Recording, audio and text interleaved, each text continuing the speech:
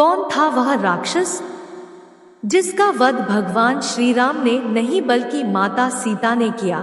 रावण की मृत्यु के बाद प्रभु श्री राम रावण के छोटे भाई विभीषण को लंका का सारा राजपाट सौंपकर अयोध्या लौट आए और स्वयं अयोध्या का राजपाट चलाने लगे।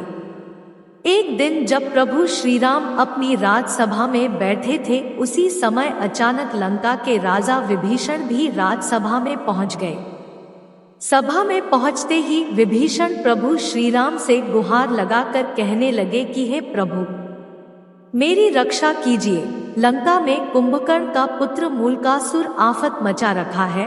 कुंभकर्ण का पुत्र था मूलकासुर। विभीषण ने प्रभु श्री राम को बताया कि कुंभकर्ण का यह मूलकासुर नामक पुत्र असल में मूल नक्षत्र में पैदा हुआ था, जिसकी वजह से कुंभकर्ण ने इसे जंगल में फेंकवा दिया था। जंगल में फेंके जाने पर इसका पालन पोषण मधुमक्खियों ने किया था। मूलकासुर बड़ा होकर ब्रह्मा जी की घोर तपस्या किया।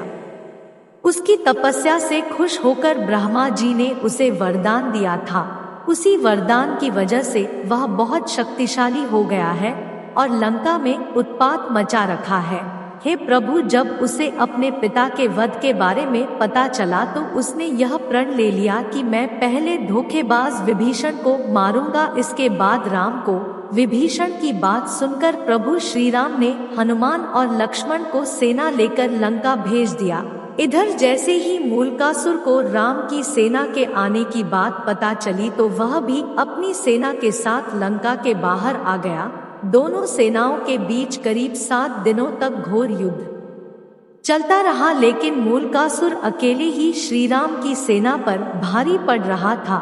मूलकासुर को स्त्री के हाथों मरने के मिला वरदान। उधर प्रभु श्री राम जब अपने मंत्री सहित लंका पहुँचे तो उन्हें भी युद्ध के बारे में पता चला, जिससे वे चिंतित हो गए। उसी समय ब्रह्मा जी भी वहां पर आ गए और प्रभु श्री राम से कहने लगे कि हे भगवान, इसे मैंने स्त्री के हाथों से मरने का वरदान दिया है, इसलिए आप सीता को यहाँ बुलाकर उनसे ही इसका वध करवाइए। ब्रह्मा जी की बात सुनकर प्रभु श्री राम ने हनुमान को अयोध्या भेजकर माता सीता को लंका बुलाया। लंका पहुँचने पर प्रभु श्री राम ने माता सीता को मूलकासुर के बारे में पूरी बातें बताई। प्रभु श्री राम की बात सुनकर माता सीता को क्रोध आ गया। क्रोध में ही उनके शरीर से एक तामसी शक्ति निकल पड़ी। यह शक्ति सीता की छाया में चंडी का रूप धारण कर लंका की तरफ चल पड़ी। सीता ने मूलकासुर पर चलाए 5 बाण। उधर प्रभु श्री राम का इशारा पाकर वानर सेना मूलकासुर की तांत्रिक क्रिया को तहस-नहस करने लगी, जिस पर मूलकासुर क्रोध में अपनी तांत्रिक क्रिया को छोड़कर वानरों को खाने के लिए उनके पीछे दौड़ पड़ा।